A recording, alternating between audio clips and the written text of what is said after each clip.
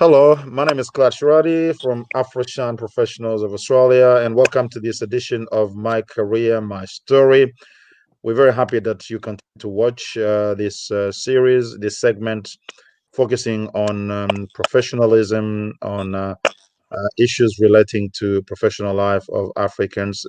This week we have a special show because we talking with a group of young people. We had a international day, I think, for young people last week, and we thought we would bring in a few young people in the community because Afroshan Professionals Alliance is also focusing on trying to assist young people to be able to do what they like to do and be able to contribute into the community.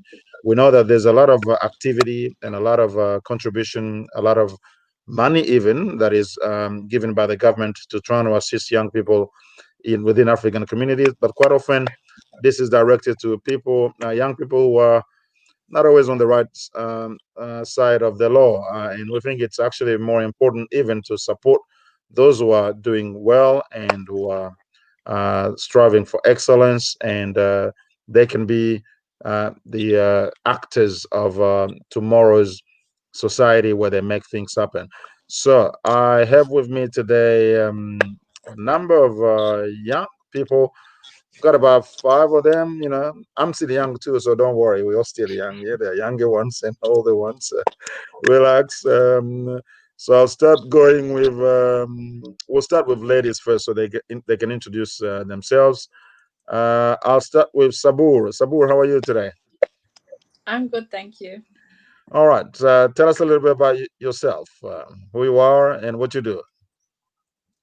So I live in Melbourne, in the western suburbs of Melbourne. I'm currently a university student studying media and communications at the University of Melbourne in my second year.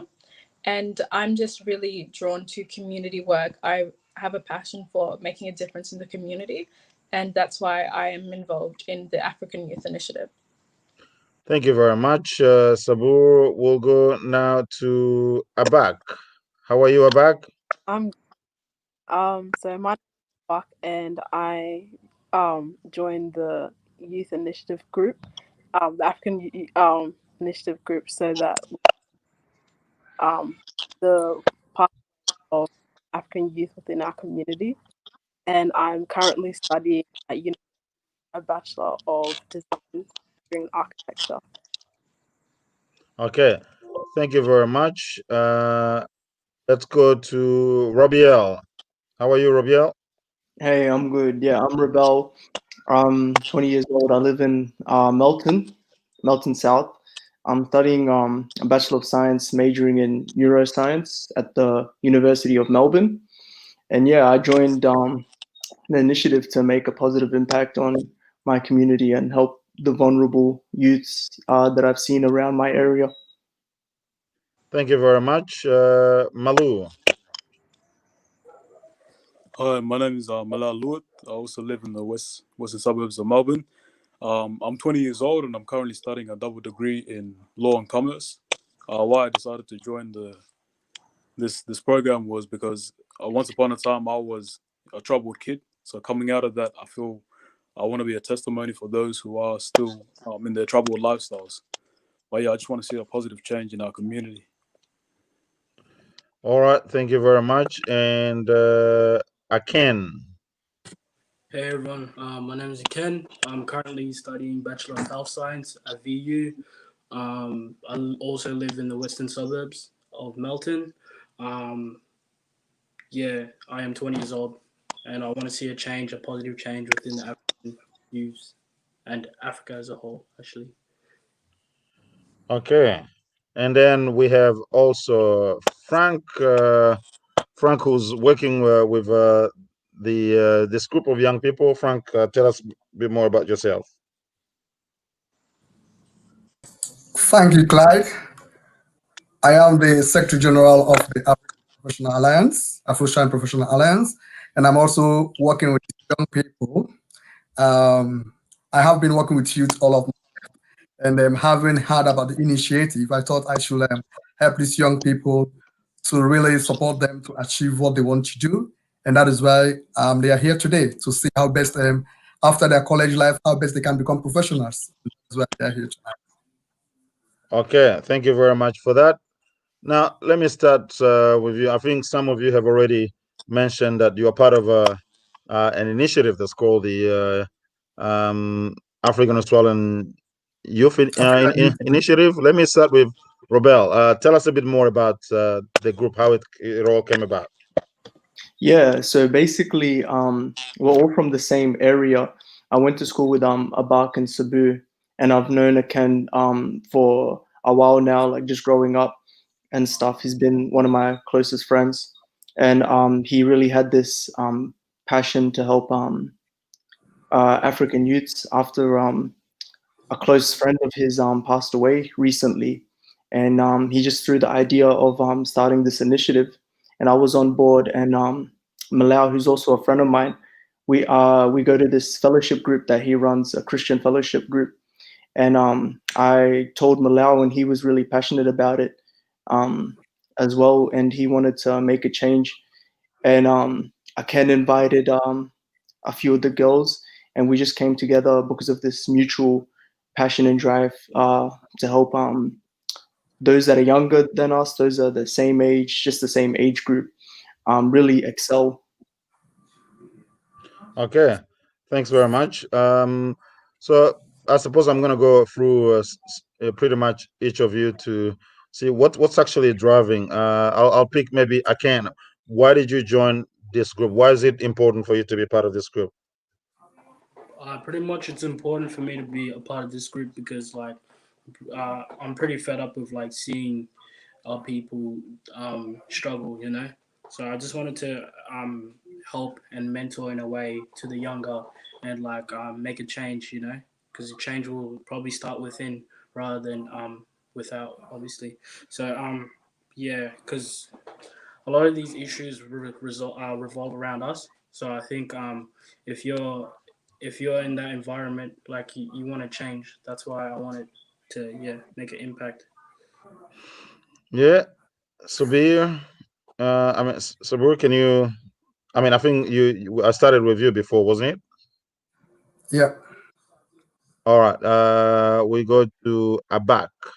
Now, tell us about um, when you look at what's happening in the society with young people. What sort of thought comes to your mind? As I said earlier, there's a lot of media attention devoted to many young people who are doing not so good things in the society, and that obviously affect the lives of not just those who are doing those acts, but the broader community. And young people like yourself are doing quite well, wanting to strive for excellence and being able to finish your studies and go into professional life. What sort of ideas come into your mind when you see that sort of thing? I see that there's like a big gap between the kids and like what to do, what they think should be right. Like there's a big gap, and they need mentorship between that gap to help them exceed in life. Because when you don't have a goal in life, you resort into doing other things that occupy your time. And I think building the bridge between that gap, especially within school and those schooling years, is an important way to engage children who are behaving like that. And Frank, you've supported this group, as part of Afroshan Professional Australia. We obviously wanting to see how we can support young people who are active and dedicated to making a difference in the community. What do you see in relation to what this initiative is trying to achieve? Um, this is this is one of the initiative that I've seen young people having that passion to make a change. I've met with this group for the past month now, and all I'm getting from them is the passion to effect change. And as you've rightly heard from them, they are young people. They are within their 20s, 18, 19, 20s, and they've just coming from secondary school, and they are now, most of them are in university. So having seen these young people having that passion to effect change, and they are saying it with all their God-given heart, and you see the drive they have. I thought it wise that it could be good for us as the African Professional Network or Alliance to work with these young people, because it's hard to see young people having that drive, you know, to have that drive to effect change, because all we hear from young people are things that are not good. But having this cohort of young people, and as you listen to them, you hear them speak, you see that they have the drive.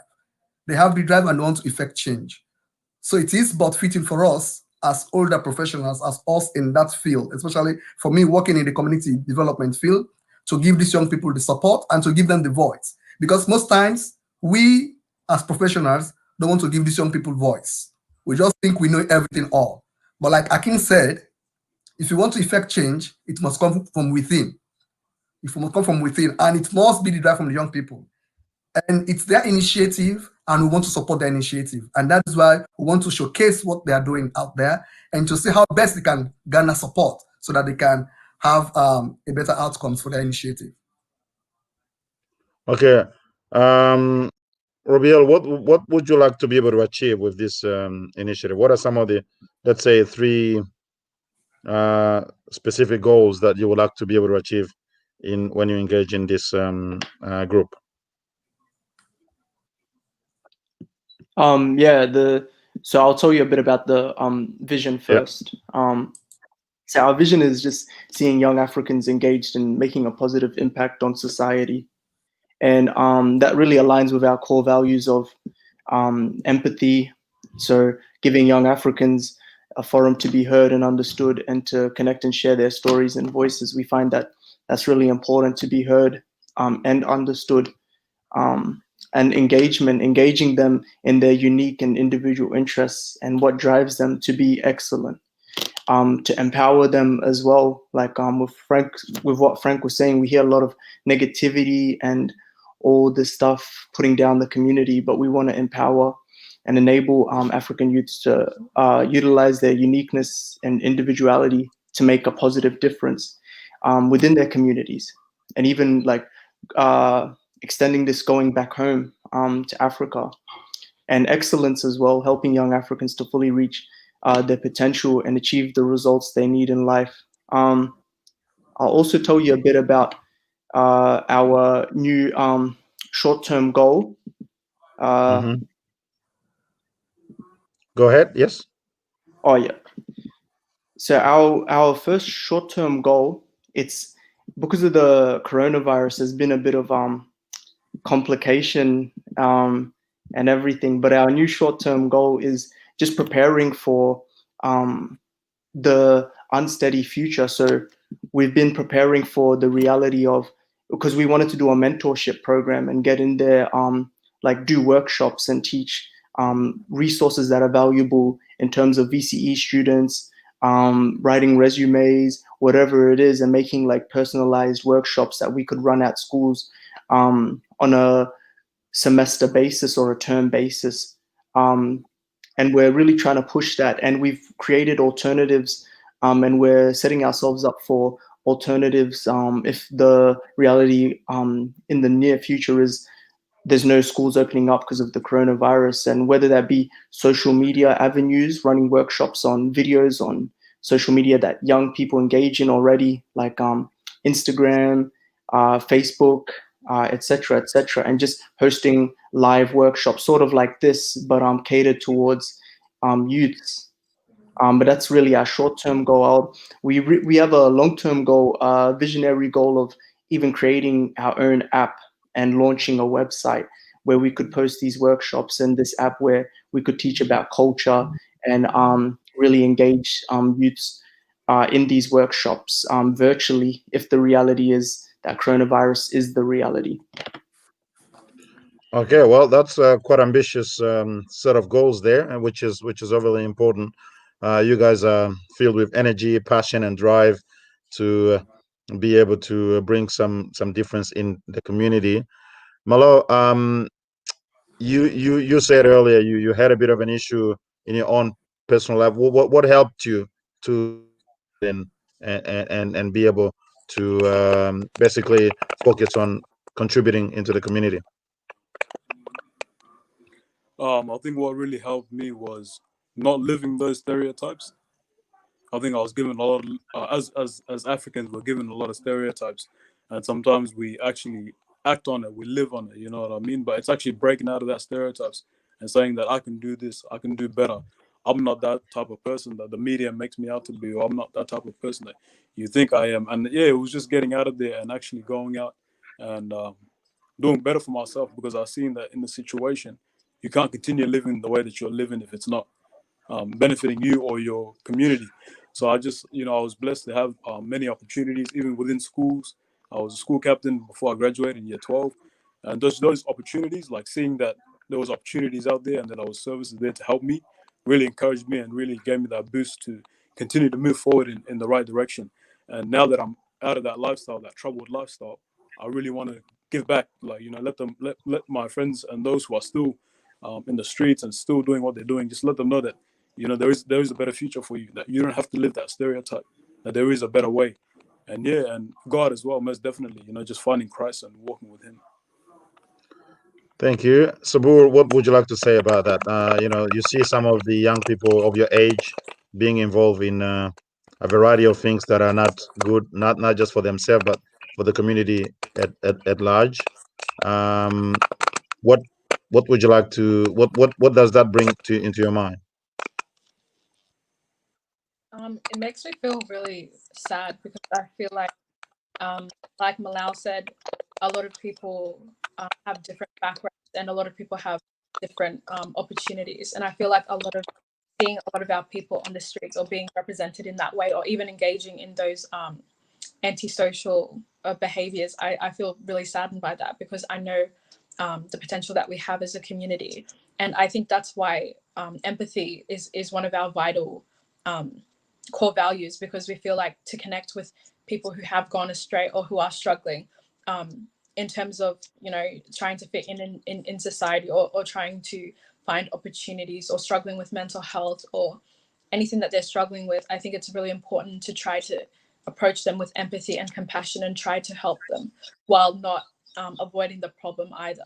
So there's a delicate balance there, and I think that what we need as a community is seeing more representation and better role models. And it's like what Malal said, it's about you yourself changing your reputation and finding ways to engage in the community in a positive way through leadership. And it doesn't have to be school leadership, it can be even in a sporting club. So I think when I see people my age drifting away or not knowing what to do or being caught up in crime, I think that there's a way to access them, and hopefully through our initiative we can try to close some of the gaps and narrow in on that. Um, Maybe let me go to Akin. Akin, are you satisfied from your young person perspective on what is being done in the broader community to try to help young people with the issues they're having? That the government has works with a variety of actors, whether community leaders or other organizations that are funded to try to assist. Or from your own personal experience, do you have any issue with what is being done? Do you think it's effective or should be improved? I believe it should be improved. Just because of the sake that there's a massive age gap. There's a lot of elder youth workers, and they still they're trying to make change, which is good. And I believe that with change, you need communication between the two like the big age gap. So you can't have a 50-year-old youth worker trying to justify why the 13-year-olds are behaving this way. There's a different type of lifestyle there. So and plus the fact that we're pretty much first gen, second generation of African Australians. So we're still trying to educate ourselves on what's going on, getting education on like mental health, just little things, cultural awareness, and stuff like that. So I think there can be improvement done, but at the same time, hats off to the people actually trying to do something.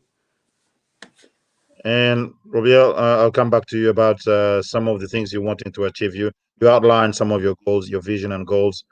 Um, if you are given all the resources and everything that you require, what do you think you'll be able to achieve? Yeah, So first of all, we've planned two different scenarios. So in a scenario where the coronavirus situation is handled, we want to be at schools running fortnightly workshops within spaces in periods, like on a fortnightly basis. So it would be a period every fortnight, and that would go on 6 times within a term. And that would focus on one topic that is useful for year 10s to 12s.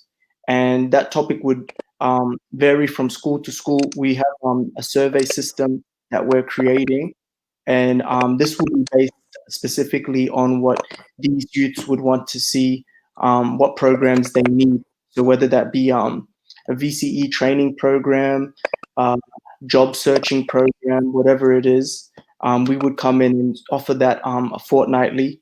Simultaneously, while this is currently going on, with Frank's assistance and the council's assistance, we want to have a space where we can run these workshops on a regular basis, weekly, which would go on longer than what is going on at the school. And it would just streamline those students from the school to come to this weekly regular workshop and go more in depth in this topic that they wanted to look at, whether it be VCE, course planning for university, what subjects they need to take in VCE, a general mentorship for careers, etc., etc. Alternatively, if the coronavirus situation is elongated, we want to have a website launched early next year where we'll be able to just have a directory for different resources that are already currently running, as well as have a social media page on different things. So Facebook, Instagram, all the things that kids are using these days to connect with them and do these workshops virtually until it's possible to do it in person. That's our short-term goals.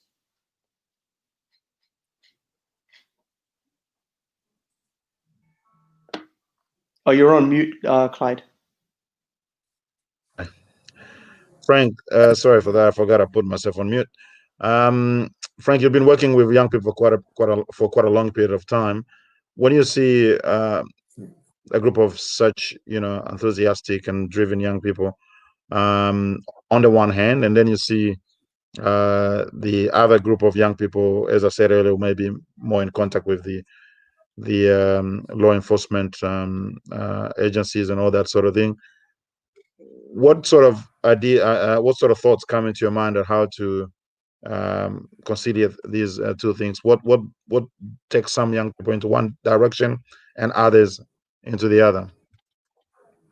I think there are a lot of factors which has been mentioned by these young people, and I think every young people has got the potential to be better in society because we are living in Australia. There are a lot of opportunities. I think, to my perspective, there are 2 or 3 factors that are responsible. One, it could stem from the family, the parents, and secondly, the young people themselves. And like what Malau said initially, they are second or third generation, and from some family members, some families are not really properly equipped with the type of parenting aspect in Australia. So they find it very difficult to maintain or control their kids, And some of these kids also, they have that leisure, they have that laxity, they've seen a lot, and they don't want to do good for themselves.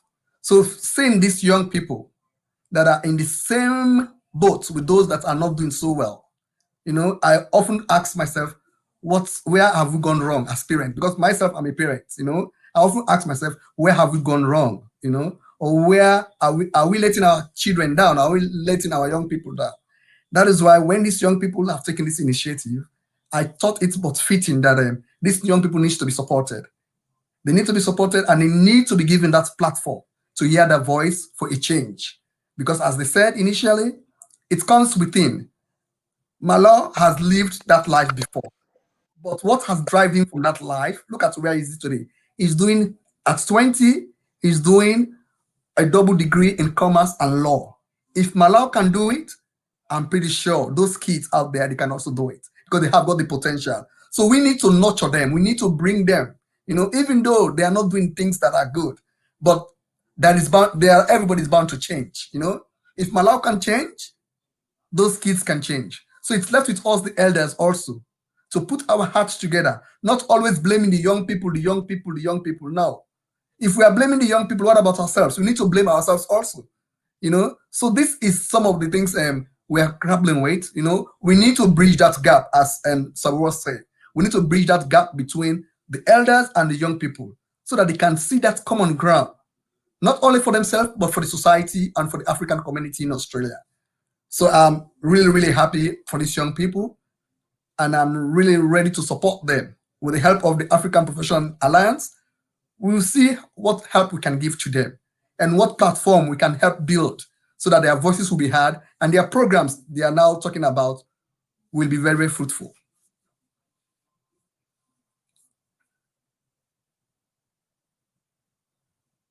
You are mute. You're on mute. All right. Yes, Abak, you there? All right. Let me ask you. What one would argue that the whole of this group, all of you, still need help in your own lives as young people, as students, and as everything you're planning. But you are already, going out there providing help, even if you still need your help yourself. What would you like to be able to tell people out there who may have the resources and the willingness to assist you so that you in turn can help other young people that you are wanting to help as part of your initiative? What would make a difference in helping you the most effective way? Oh well. Um, All right, I don't really know how to answer it's too that. tough. But with yeah, maybe ask That's all. Michelle. But just say, okay, if you made the premier today, Victoria Premier, or even the Prime Minister, and he says, okay, I'm happy to help you guys. What do you need? What would you tell him? Are you asking me or Rebel? You, yeah, still Oh, with you. okay. Yes. I think financial needs. I think that's would be a really good thing for us to start off with because Hmm. we are all uni students. We don't have the capacity to have that much money in the especially the programs that we want to run, the school programs. I think Hmm. financial needs, that's like the first thing that will be beneficial for the initiative. Okay, and beyond money, what else? Anybody can take this beyond money. What else would assist you? I know money can resolve a lot of issues, but it may not fix everything. I think another thing that we would need is because we're fairly young as well. We would like to have some training or some mentorship of our own, so that we can learn these skills, so Hmm. that we can actually go and impart them onto the people who we do end up mentoring. So the African, with African professionals, would be really amazing to kind of get some of their experience. Um, Me myself, I'm studying communications at the moment, but I do aspire to study law, and be nice to see any if we could obtain mentorship from somebody who studied an arts degree, or somebody who's in the legal field. I think it would be um, a really good experience, because one of the problems that we suffer from as um, African people is we have a lack of representation in this country, and if we Yeah. do not see our people in uniform, or being, doing good things in their community and having a good vocation, then we won't aspire to do the same, because we don't see it. I think Yeah. having skills like improving our professional skills, our communication skills, the way that we can connect to people, and forming networks as well, I think that would be a real benefit for our group, and I think everyone can get something out of that. Yeah, I can. What is there anything you want to add to that? Probably communication between professional youth workers and people that are actually just doing it voluntarily. So like if we have an idea of like what's going on in the issue, like what the main issue is right now, we'll be able to communicate that to the actual professional youth workers that are doing their jobs, and probably help with, like, from Vic Pol or someone that works in the background as well. That would be help defeat the issues Good. that we're Robel, you confronted want to with. add anything? Yeah, I think yeah, pretty much they covered it.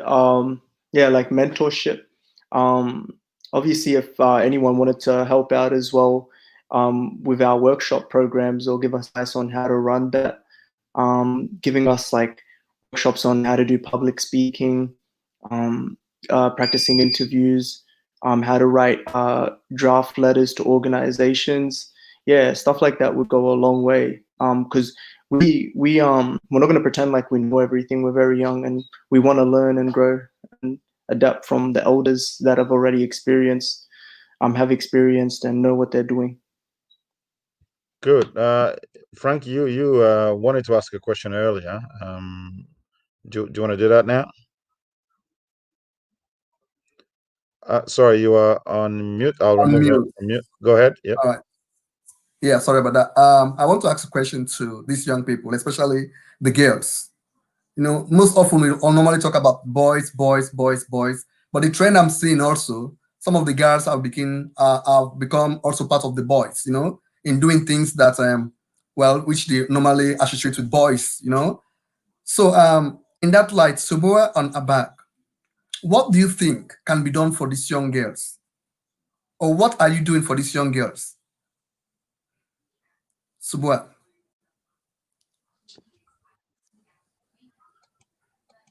Wait, sorry. I think Mute. I could remove it from here. You're still muted. I think you've muted yourself. So try to unmute. Subua, Yeah, yeah. you're good now.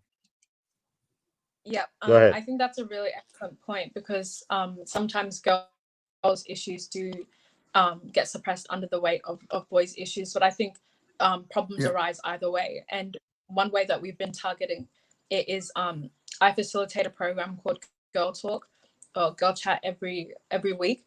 We used to host it at the Melton Library, and we were funded and supported by Melton Library and Melton City Council.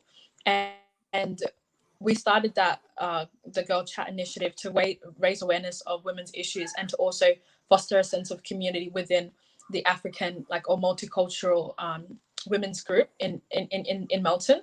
And so what we found through that is that girls are really ready to talk about their issues, talk about ways to impact their community and their families, and also things like gaining inspiration from guest speakers who came and talked about career advancement or talked about mental health and relationships, topics that aren't really discussed in the open. So Girl Chat was about providing a safe space and a platform for women to talk about their issues.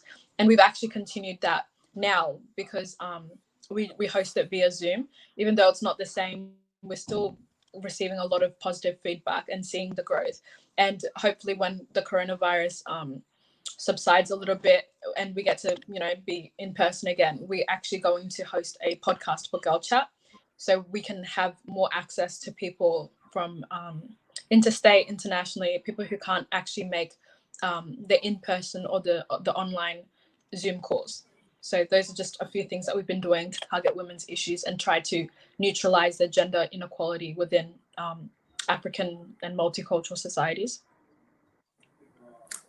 That's very good. Good. Sabur? Yeah.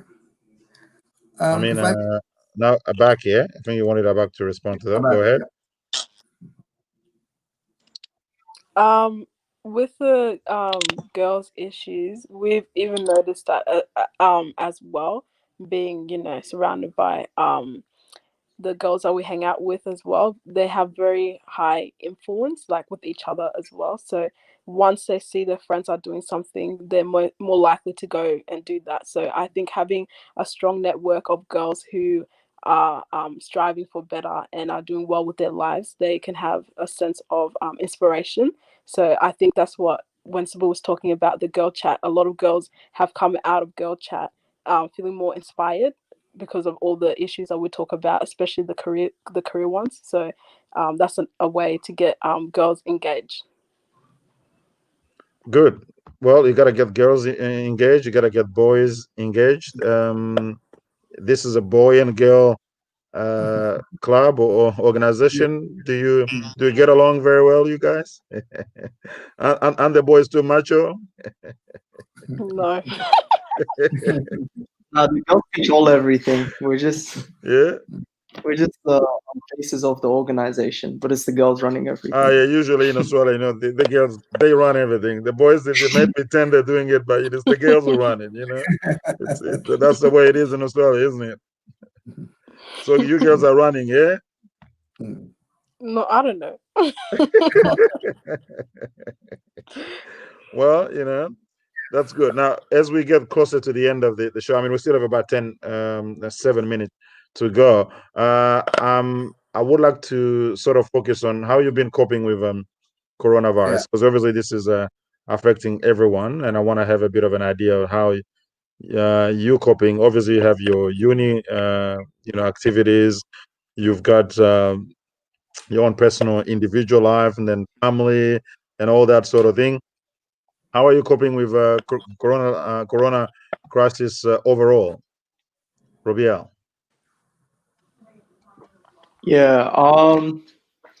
I mean, I just try to take it a day at a time in terms of I try to like plan out my day, so I get things done and I'm not staying stagnant. I like to get things done, so I just try to do that to keep my mind occupied. Yeah, I'm really like I try to pray every day as well, stay close to God because that's an important thing, part of my identity. Uh, Hmm. Alongside university, try to just stay up to date because it's easy to fall behind because the physical lectures you can't go to use the resources at the universities really easily. You have to access it online, which is a bit of a hassle. You're paying like you're on loan like $6,000 a semester to get taught online, basically. Um, It's a lot of so money. it's crazy that they they haven't put the fees down. But yeah, not complaining. Blessed to even be able to learn. So yeah, I just try to look at the positives of it. That's how I'm coping.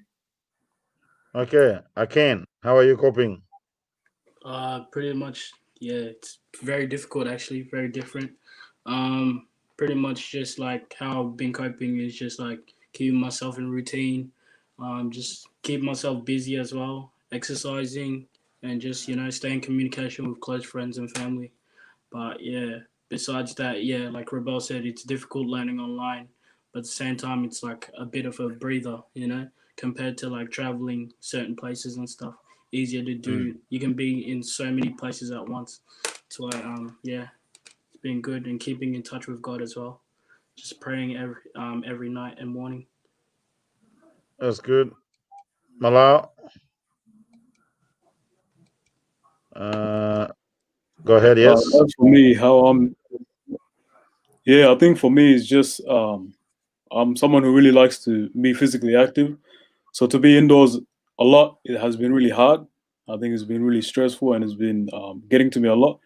But one thing that I'm focusing on is not being in denial of any mental issues that I'm going through, not being in denial about addressing that and making sure that I'm on top of that.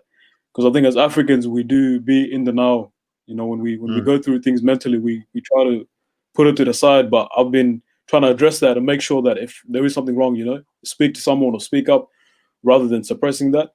Because I think it's at Mm. uni and everything just being inside and doing uni online, it can be really hard. It can be really overwhelming.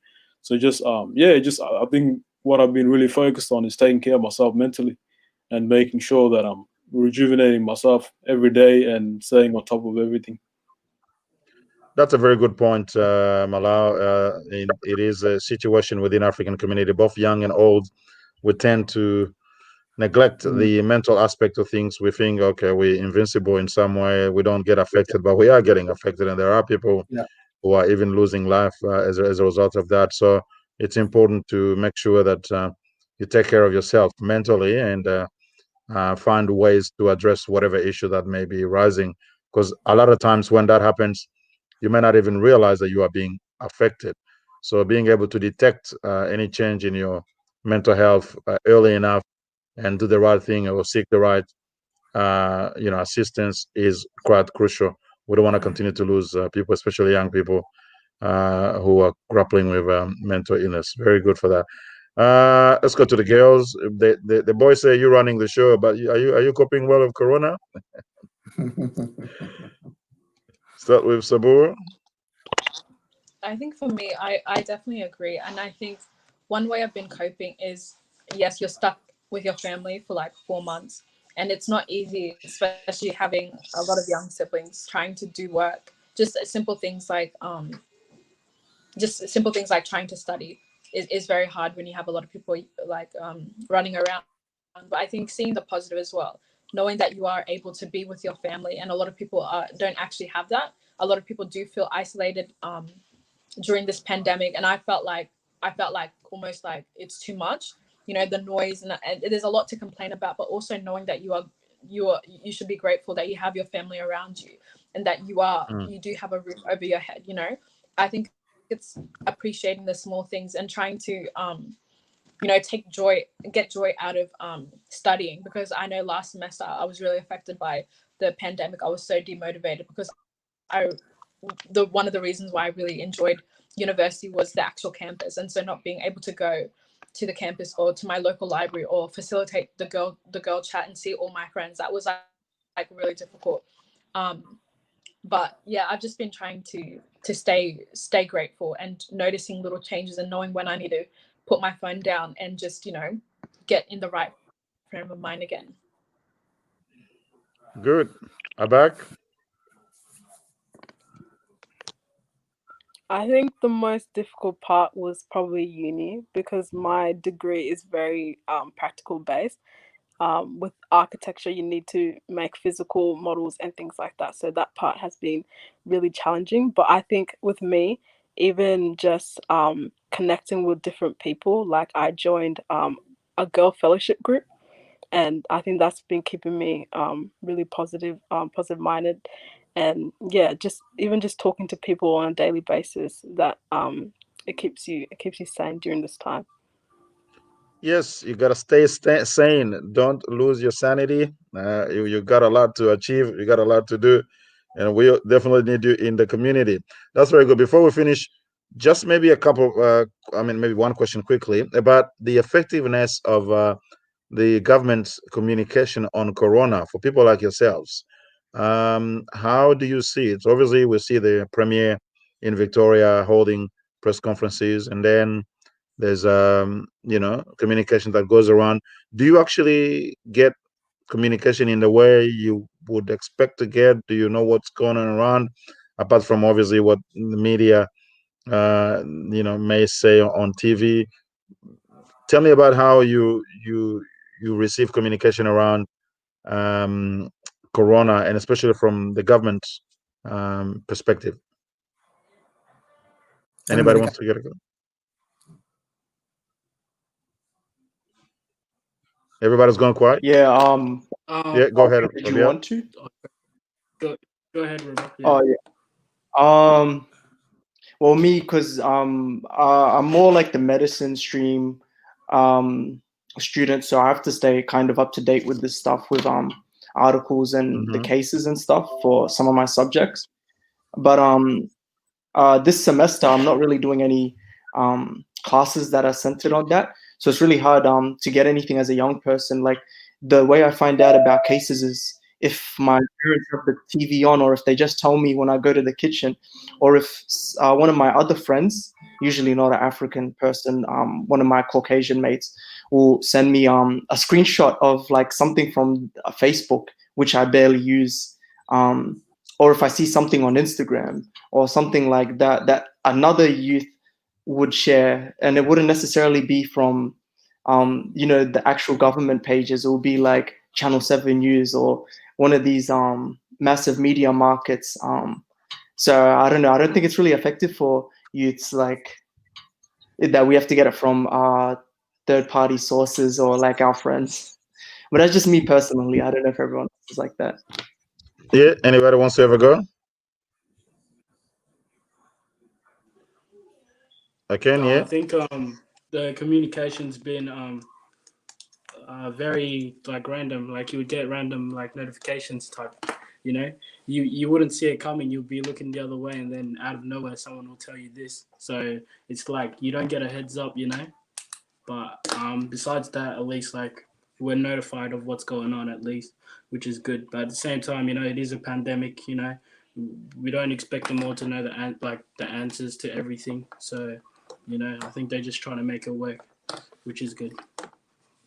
Sure, they just want to try to make it work. We'll expect them to do a bit better job because they get paid for it. The government gets paid. That's their job. Yeah, you're right. You're right. No, that's another debate for another day. We're coming to the end of this show. I really like. I would love to continue to have a conversation with you. I know there's a lot of passion and drive, and I see even myself in my younger years, you know, with the things you all talking about. But unfortunately, we're limited in time. This is the first, but not the last time. We would like to be able to have uh, further opportunities to with you guys to talk about things that you are doing, things that are happening in the society, to get your perspective, and ultimately also, as we indicated earlier, we're happy from AFROSHINE professionals in Victoria to assist you as much as we can, whether it's through coaching and mentoring, through some of the activities you run, or any other way in terms of resources. We will try our best to be able to do that, and we'll actually really encourage you even to have your own segment on this platform where you can talk about your own issues in your own way, running the whole thing. We know the girls are running the show. We're trying to get the boys as well to do it all together.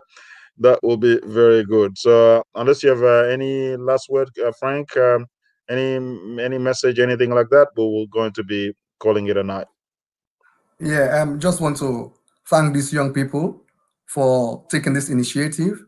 It's an initiative in the right direction, and as Clyde have said, the AfroShine Professional Alliance will be there to provide you with the support that you need. Like you're talking about capacity building in terms of workshops and mentorship. That is why the Professional Alliance is there. We have people that are professionals in their field, and hopefully we can connect you guys. We can connect you people to them to have that to learn from them and to upskill yourself. So be rest assured that this is not the last. This is just the beginning of your programs. And as Clyde have said earlier, this platform is all yours. So create your own programs, and you'll be ready to go with the platform. If every week, every fortnight, every month, you want to come on the platform is there for you. You just let us know and to say exactly what you want to do. And I want to say a very big thank you to you. These are the type of young people we want to see in the society that are about to make change. And change comes from within. And you guys have got the passion. You've got the drive. So I really want to encourage you. Don't give up. You are the change that we want to see in our society. And you can do that change. I want to thank you for your persistence, and for your time, because I tell you, some of the young people this time around it's 9 to 10 o'clock, it's almost 10 o'clock. They might be doing something else with their Facebook, Instagram, and stuff. But you guys are here sharing your thoughts of what you want to do for the community. I'm really, really, really, really appreciative of you guys. Thank you very much. No worries. Okay. Now that we're finished, we can let them now go and catch up with Facebook and Instagram. Yeah, do what you want to do. Do you have anything to say? Do you guys have anything to say before you go? I Yeah, just want somebody want to say something? Yeah, Yeah. just quickly, on behalf of African Youth Initiative, we wanted to thank you for allowing us to come on here and just present ourselves and this idea, and for allowing us to display another side of African youths. And also, I want to thank you, Frank, and any other, more experienced African professional, because you're really setting a benchmark for us and pushing us. And I would really encourage you to keep supporting the youth, because like you guys are saying, we are the future and we want to help those around us. And it's really inspiring to see you guys give us like support and a platform where we can really do this. So yeah, I'd really like to thank you and encourage you to keep doing that. No worries. All good, man. It's just the beginning. The journey is longer, and I'm sure we'll all enjoy it. Thanks very much, and have a good night. Thank you, guys. Thank you. Cheers. Thank you. Bye bye. Bye. See ya. Bye-bye.